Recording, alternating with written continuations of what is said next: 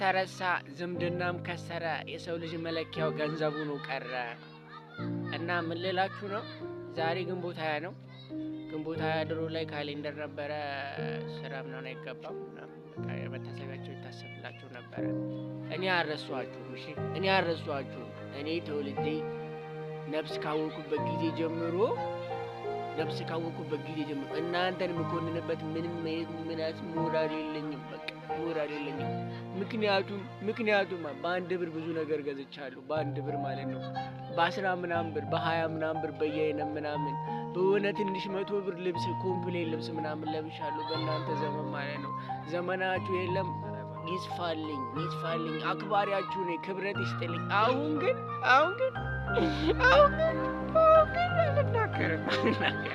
አልናገርም እምቢ አልናገርም ልታስገቡ አልናገርም ቻው